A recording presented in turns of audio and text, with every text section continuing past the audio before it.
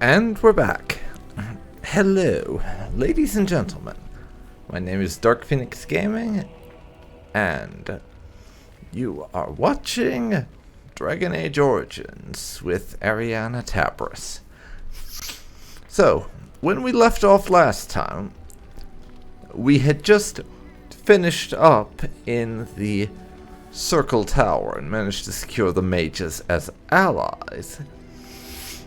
After going through a long stretch of fighting demons in the Fade, and then fighting the leader of their Blood Mage Rebellion, who had turned into a demon of pride,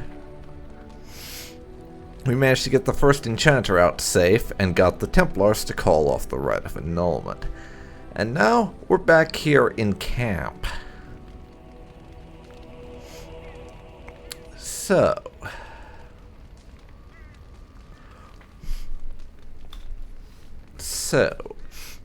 we're actually going to take the opportunity, while we're back here, to spend some more time talking to people.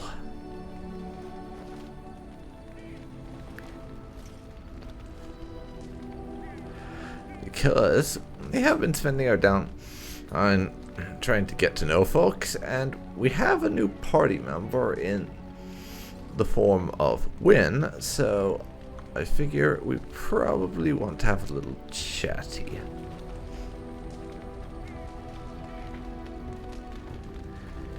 With her, in addition to some other people. Sten first, I guess. You are not quite as callow as I thought. That is unexpected. Thanks, I guess? You're welcome.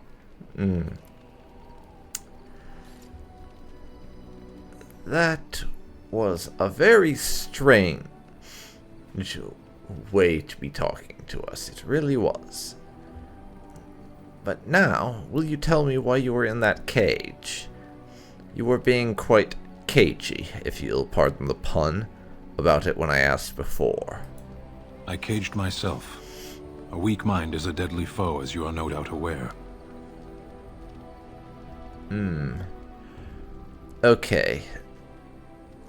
So, why don't you tell me exactly what happened, then? I told you before that I was sent here. I was not sent alone. I came to your lands with 7 of the Beresad, my brothers, to seek answers about the Blight. We made our way across the Ferelden countryside without incident, seeing nothing of the threat we were sent to observe. Until the night we camped by Lake Calenhad. They came from everywhere. The earth beneath our feet, the air above us. Our own shadows harbored the Darkspawn.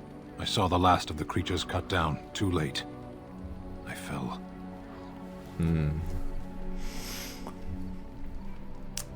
Darkspawn just coming out of nowhere like that,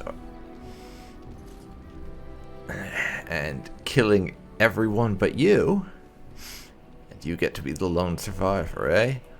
I'm hearing a few echoes of what happened to me at Ostagar. Not entirely the same, of course, but I can see similarities.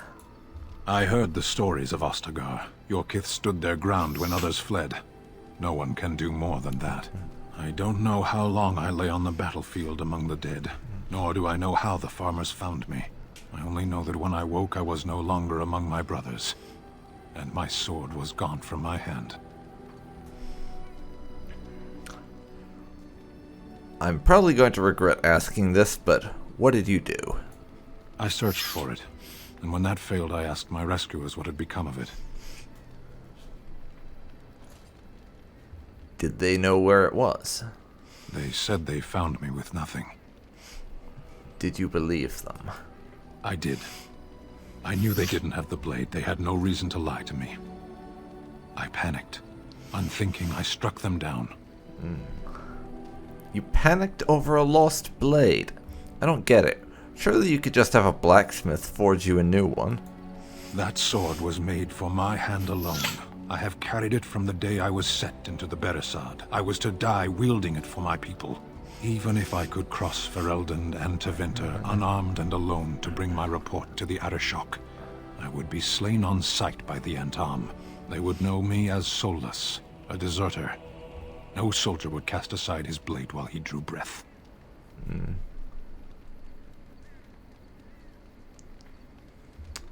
Couldn't you search for it, though? If I knew where to look, it would be in my hand now. Where did you fight the Darkspawn again? Near Lake Callanhad. Don't worry. We'll find it, or at the very least we'll try. Perhaps those words are empty, but thank you all the same. Yes, and Sten likes us more. Also, we get a new quest, because this is one thing that you'll pick up from pretty much every companion as you go through their storylines. They all have a unique companion quest line that's to do with their backstory, which is a very cool way of encouraging you to get to know people, because they have things you can do for them to help, which you pick up by talking to them and just getting them to like you more. Very nice.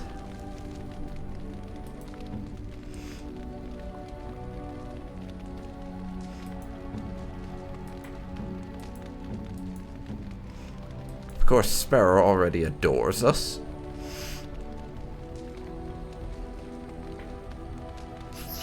And Sten likes me. Bizarre that Sten likes us more than Alistair right now. We'll have to fix that. What do you need?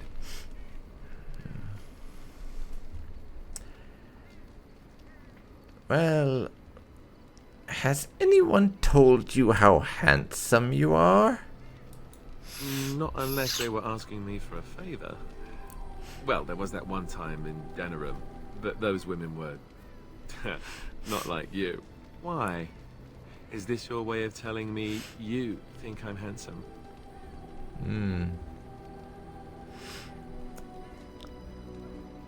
Perhaps, maybe, could be. Oh, I get it. I'll get it out of you yet. So, is this the part where I get to say the same? Well, not unless you don't think so. Oh, I think so. I'll just spring it on you when it's a surprise.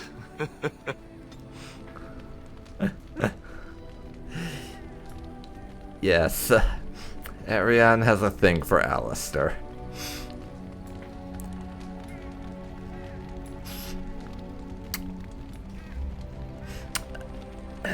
More so than anyone else we've met so far anyways.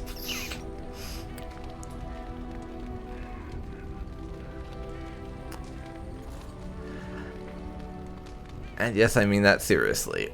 Despite how I brought up that she tends to flirt with anyone and everyone she meets. And has, in the past, even hit on actual relatives of hers. It's just for funsies. Yes?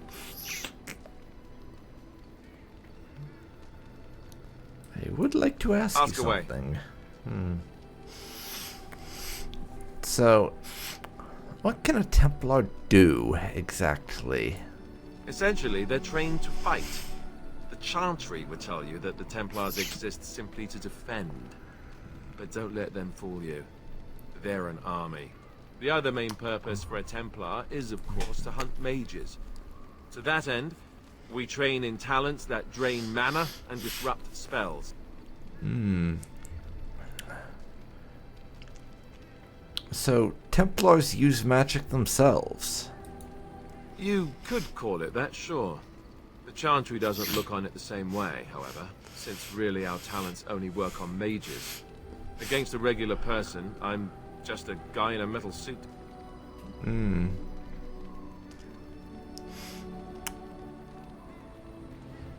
So, couldn't others learn these talents?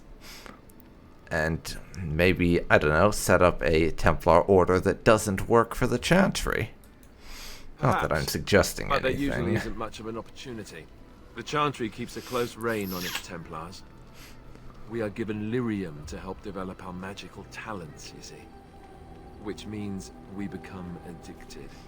And since the Chantry controls the lyrium trade with the dwarves, well, I'm sure you can put 2 and 2 together. That's horrible. I can't believe they do something like that. Well, they do it, and they feel perfectly justified.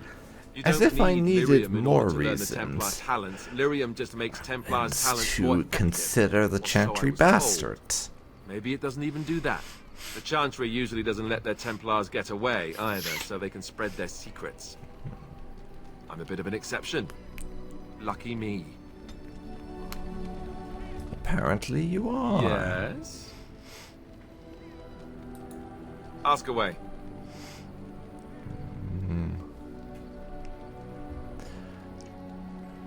How did you become a Grey Warden anyways, Alistair? Same way you did. You drink some blood, you choke on it, and pass out. You haven't forgotten already, have you? Haha, very funny. I do my best. What can I say? Let's see, I was in the Chantry before. I trained for many years to become a Templar, in fact. That's where I learned most of my skills.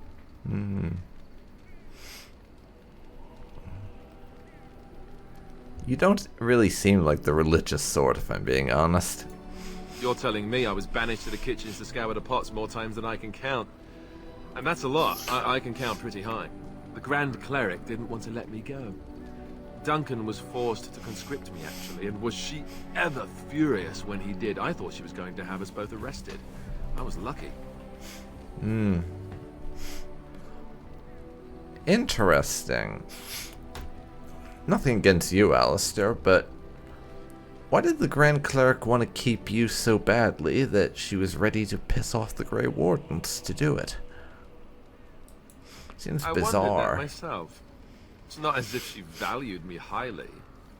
I think she just didn't want to give anything to the Grey Wardens, is all. Oh, she's just a Chantry didn't bitch. lose much. Typical And I think I can Chantry do more religious fighting folk the Blight then. anyhow, Gotcha. rather than sitting in a temple somewhere. I'll always be thankful to Duncan for recruiting me. If it hadn't been for him, you know, I wouldn't have.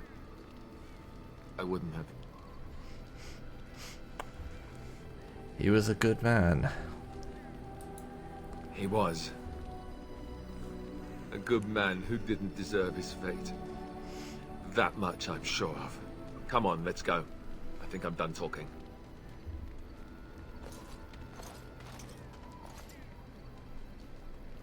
Okay.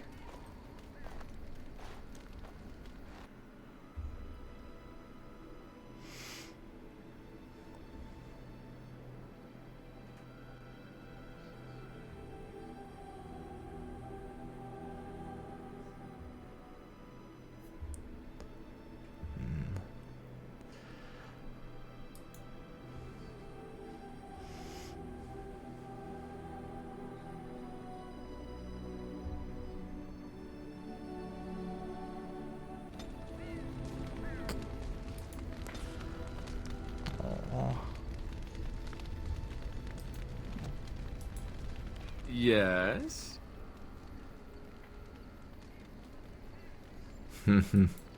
Ask away.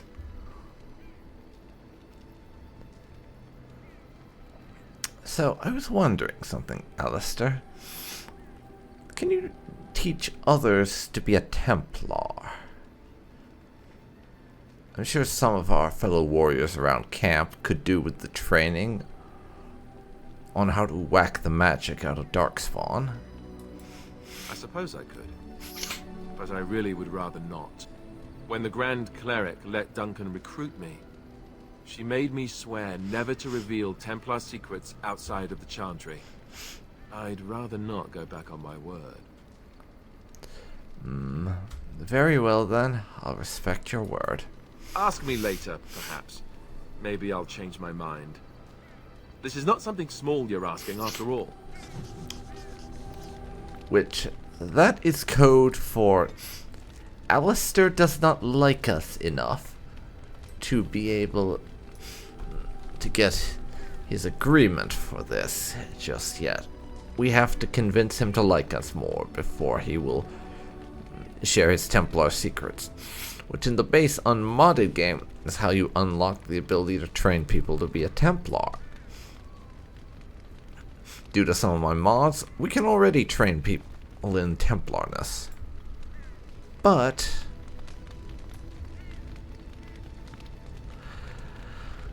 the way I'm doing it with basically all of the class specializations is, if we haven't unlocked it through the way it would be got in the regular game, then we can't use that specialization. Feels like a reasonable balance thing to be doing, honestly. Anyways, Roland. Yes? What can I do for you?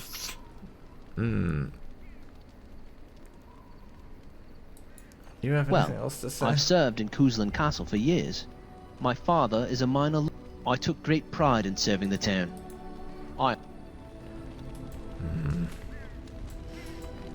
Yes? What can I do for you? Of course.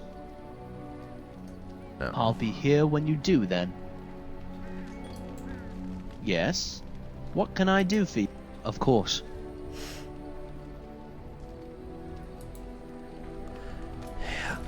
Looks like we've already exhausted all of his conversation options. Didn't realize that, but being that Roland comes from a mod, he has quite the limited pool of things we can talk to him about. And we haven't added more yet. Yes? I would like to talk, Liliana. Well, here I am. Here you are. You are a traveling minstrel, yes? Do you have any tales to share? Of course I do. I love stories far too much to keep them to myself. Everyone should be able to benefit from them, I think. Okay. Well, for now, I think we'll stick to one story. We don't want to tap her out on all the available stories right off. Otherwise, we won't have any reason to ask for more. Do you know any Ferelden legends? I know one, told to me by my mother a long time ago. It always chilled me to the bone. Maybe you have heard of Flemeth? Oh, this ought to be interesting. Yes, I have, actually. Ferelden mothers scare their daughters with talk of Flemeth. They say that if you're bad, Flemeth will spirit you away and bind you to her forever. They also say that Flemeth mourns her lost beauty and will steal yours through your looking glass if she catches you. I'm going to go ahead and call those a bit far-fetched. Flemeth was once beautiful. Interesting. Flemeth's beauty was known throughout the land.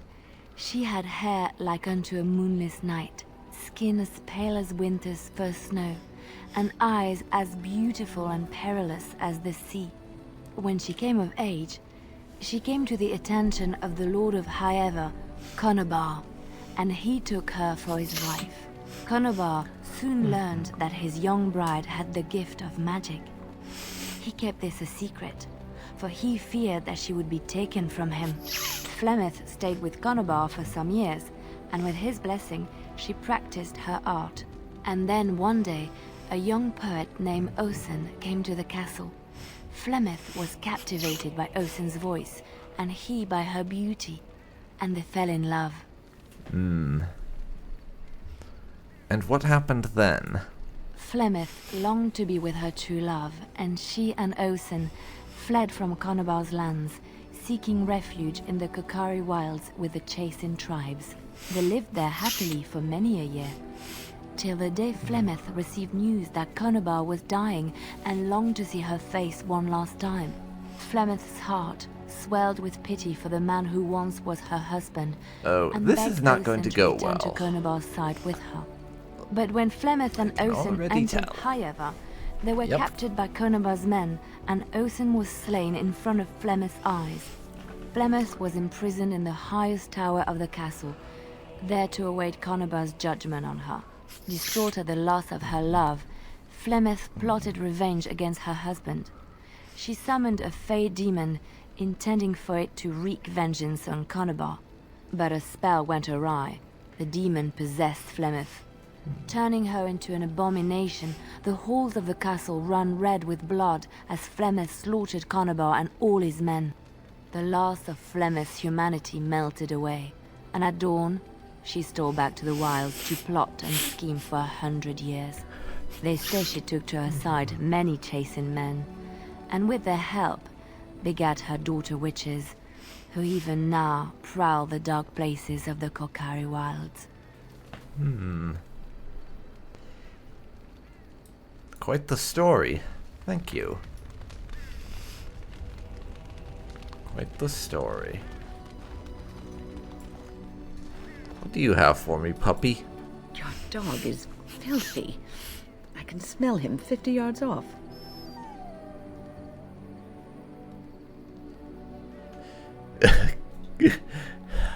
Good. He will fell our enemies with his stench. That may be so, but all the same, I would like your permission to bathe him.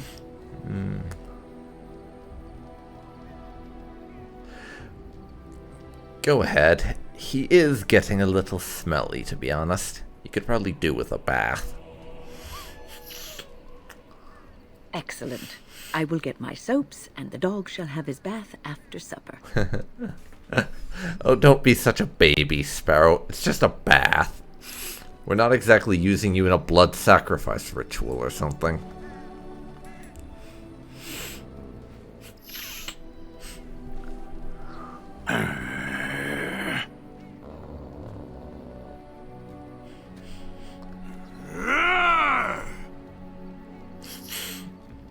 Is this some kind of weird Kunari Imabari blood ritual or something? I'm morbidly curious to see what happens next. You are a true warrior and worthy of respect. Of course the dog would get on better than anyone else with Sten. I'm not even surprised.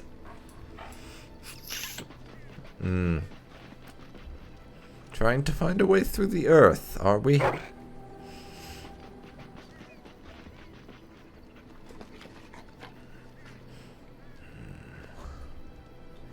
Alright, you have fun then. He ignores us and keeps on digging.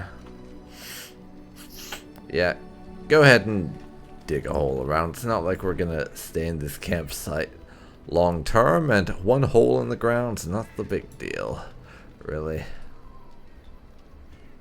I will pet you, though.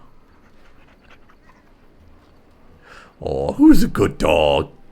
Good dog.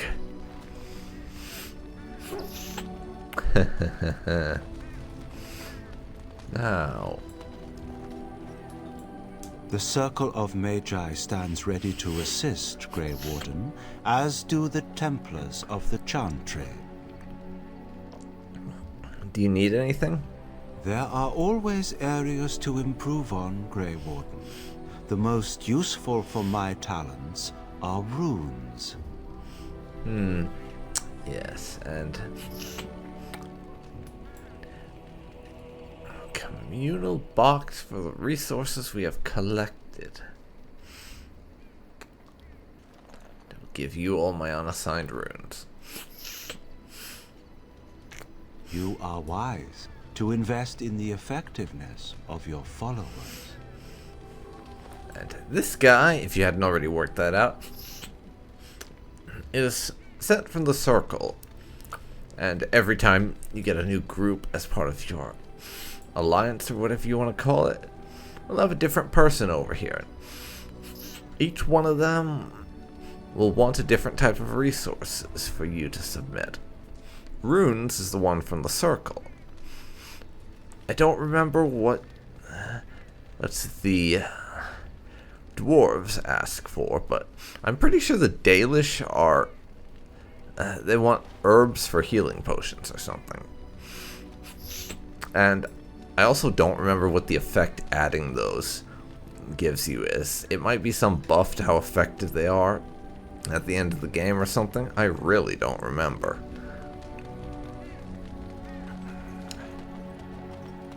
In any case, we have a little bit more conversationaling to do. Let's speak to Morrigan. What do you wish of me? I'd like to ask you something. If you must.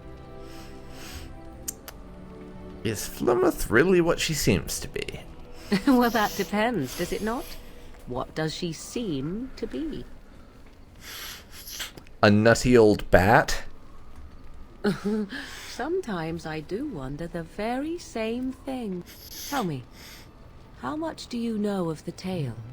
The one that the chastened still tell of my mother, to frighten them into obedience.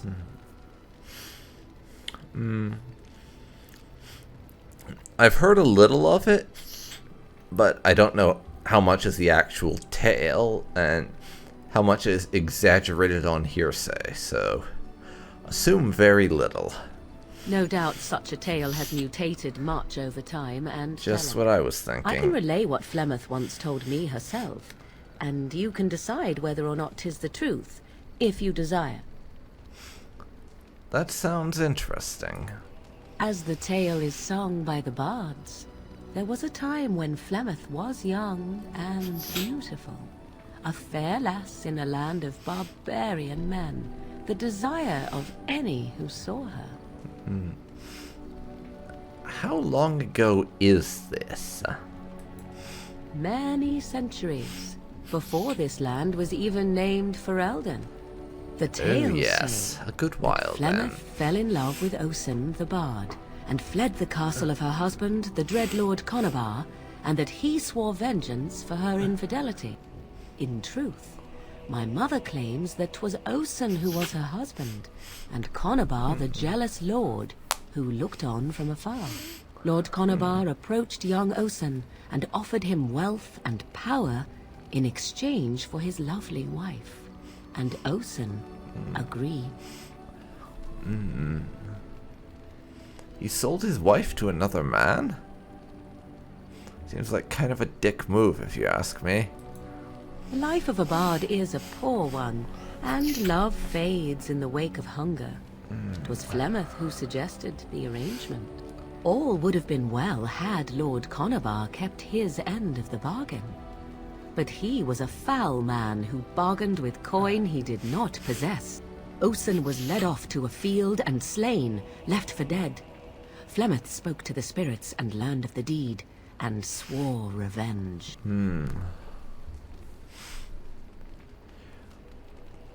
Wait, so she spoke to spirits or demons? Spirits first, and 'twas they who slew Conabar.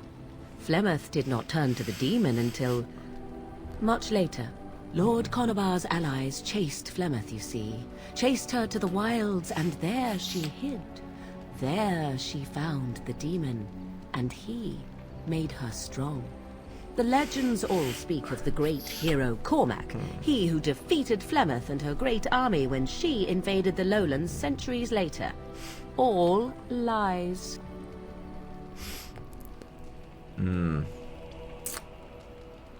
Which part is a lie? She never invaded, or he never defeated her? The truth of the matter is that there was never an invasion. As Flemeth tells it, the Chastened never raised an army under her banner, and she never fought with any warrior named Cormac. Cormac led a brutal civil war against his own people, and later claimed it was to vanquish evil that had taken root amongst the lords. Thus, he was hailed a hero. Flemeth was only attached to the legend much later. Perhaps 'twas due to the great war with the Chastened that eventually came, but Mother claims not to know how it began. Typical human politics. I see. And do you believe her version? I do not believe everything that Flemeth claims. Oft it seems her bitterness has colored her memories. But on the whole, yes, I believe this tale, if not all. So the broad strokes are probably true, the minutiae possibly less true. Gotcha. How is it Flemeth survived so long anyways? She does not look centuries old. Not that I've met anyone that old, so how would I know? The demon within her has transformed her into something else. An abomination, perhaps some would say. I know not. I only know my mother is clever, and she is part of the wilds as it is part of her. But she is no immortal. She bleeds.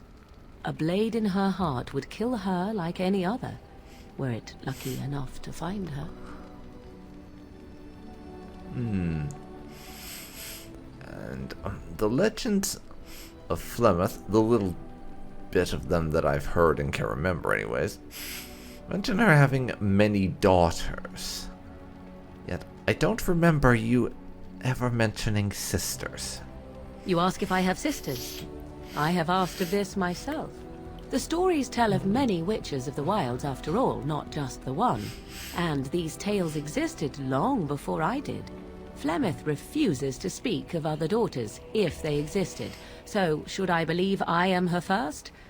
I doubt that too.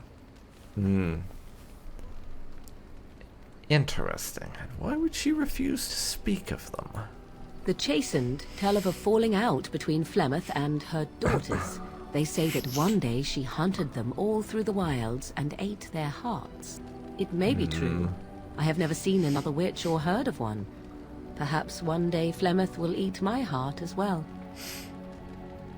Or maybe she just hunted them down and killed them, and some bard or minstrel ate their hearts to the story later for a bit of dramatic irony. Seems more likely to me, honestly. I noticed that Flemeth has a demon living in her, which would make her an abomination. Based on the ones that we saw in the tower, aren't they usually insane horrors? How often is this usually? Always? If not always, then when is it not I true? can't answer There that, are but more every things in single this one world we and encountered the in the next Circle than you or I Tower could did ever meet that hope to description. understand. And What there were Flemeth more than became 30. is a mystery. I suspect, even to her. Well, that was a very interesting tale indeed. Thank you. Flemeth tells it with far more embellishment than I, but you are welcome. Dare I ask of your own mother? Few are abominations of legend, 'tis true, but I find myself curious nevertheless.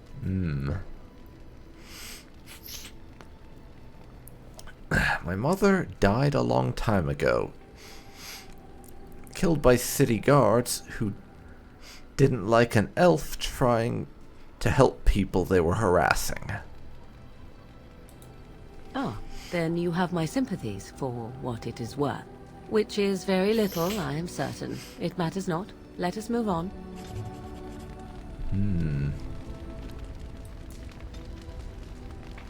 Very interesting.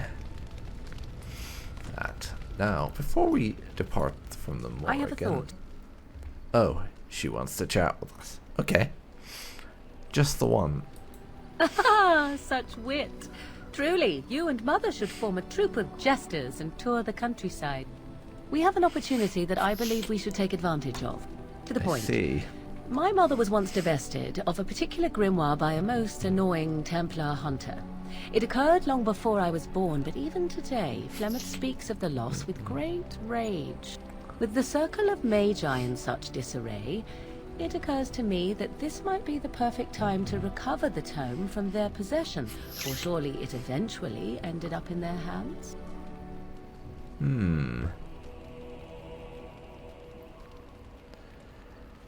And what precisely do you want with this grimoire?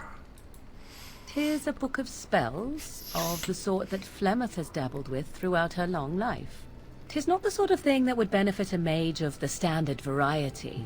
They were taught a different path. I, however, was taught by my mother. I know a way around the wards my mother would have placed on such a tome. I know the language that she would have written it in. I would find such a tome most useful. Useful in what way? Useful in the way that it might increase my power. Useful in the way that I would become more useful to you. Does that not follow? Very well. If we go back to the tower, I'll look for it.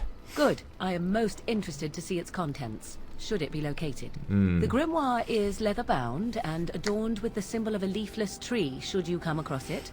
If not, however, then I shall simply put it out of my mind. Well, as it happens, we already have that grimoire, but I'm going to wait to give it to Morrigan because I'm fairly certain that will trigger some quest interaction or other. It's possible. I just don't want to advance that particular quest line yet for reasons that you will learn later. But Bodan, my man, we've been meaning to ask him something for a bit now. Have you along on the road. So, Bodan, what's your story exactly? Well, if you're really interested, I suppose it wouldn't hurt to tell you. I am originally from Orzammar, the famed dwarven city that lies beneath the stately Frostback Mountains. I was a merchant there, too. Merchant caste. These things are in the blood, you know. You can't just leave them behind. I ran a fairly successful business. Rare artifacts, you know. Old things, grand things. The nobles loved them. Reminded them of the lost glory days, I suppose. Excuse me? Lost glory? I'm not really up to speed on dwarven history, sorry. Our kingdoms once spanned the length of Thados, from majestic Orzammar to Kal Sharok to glittering Darmalin far to the west. They say the gold and silver veins ran so thick through the stone of Darmalin that the entire city sparkled. The Darkspawn took it all, of course. One by one, the old Tigers fell, and then all that was left was Orzammar. But we were talking about how I ended up here, weren't we? One day, a noble woman came to my store. She looked around for a bit and then started shrieking in dismay. Apparently, she believed that a pair of braces I had for sale once belonged to her brother. He'd been lost in a cave-in, you see, while on an expedition to clear out the Darkspawn from one of the tunnels running close to the city. They were made specially for him. They're unique, she shrieked. He stole them from my poor brother's corpse. She had me arrested on the spot, of course. Nobles, they're touchy like that. Of course, it's the nobles. It's always the nobles. Okay, what then? Well, I didn't steal them. You see, I'd been paying these castless thugs to venture out into the deep roads for me. The lost Tigers.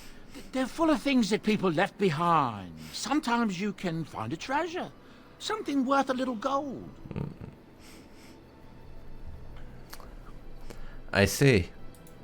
The noblewoman, she wasn't too happy with the theft of her brother's braces. I don't know what they planned for me, and I didn't want to find out. Bribed the guard that was watching me and took off for the surface first opportunity I got. Never looked back. And now, here you are. Yes, here I am. Now, is there anything the boy or I can get you?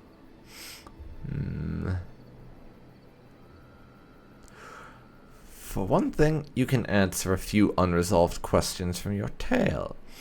These goods you're selling here in my camp, where do they come from? I sincerely doubt you're off venturing into the deep roads. It's to pick them up, after all. Look, we don't rob people, all right? We don't take things from people that need them. The things in the Lost Tigers, what good did they do lying there? I brought them back to Orzammar, where people could look at them and remember. It's not all that different up here. There are places long abandoned by the humans everywhere. Even more now with the Darkspawn coming. What do you mean? People flee from the Blight with good reason, but they forget things. Things with value and meaning. They leave them behind because they're frightened and desperate.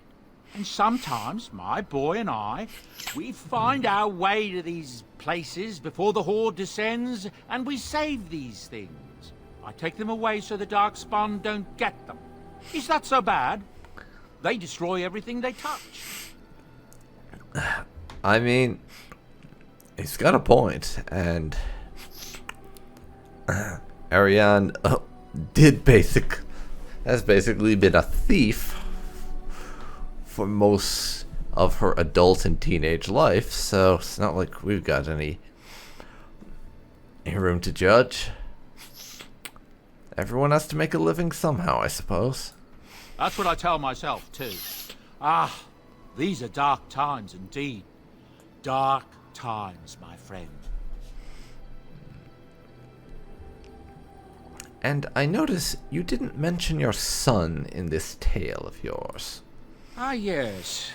I'm married to a fine woman back in Denerim, it's true. She'd give me a son if she could, but that's not likely to ever be. Sandal here. I found him in the deep roads years ago. Abandoned, I think. And he was never quite right in the head. I took him in, and I brought him with me when I came here to the surface. He may not be my blood, true, but I think of him as one. We left Orzammar. That's right, boy. Maybe one day we'll see it again. That was awfully generous of you. It's not as if I don't benefit, mind you. Turns out the boy's a natural working with enchantments. He might have even been lyrium-addled. I never thought of that before, to be honest. Happens sometimes. He can work an enchantment into just about anything, however, given some time. Could probably open his own shop, if he knew how. Enchantment. Well, he does seem to enjoy it, at least. Well, I should go then. Of course. Good fortune to you and yours. Goodbye. Bye.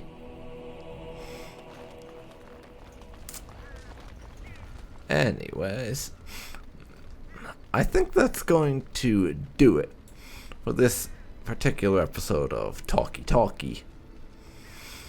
So, it's been Dark Phoenix Gaming, and you've been watching Dragon Age Origins. If you've enjoyed, please leave a like, comment down below, and subscribe for more Dragon Age adventures in killing Darkspawn and slaying demons and all the rest. Thanks for watching, and I'll see you next time. See you then, folks. See you then.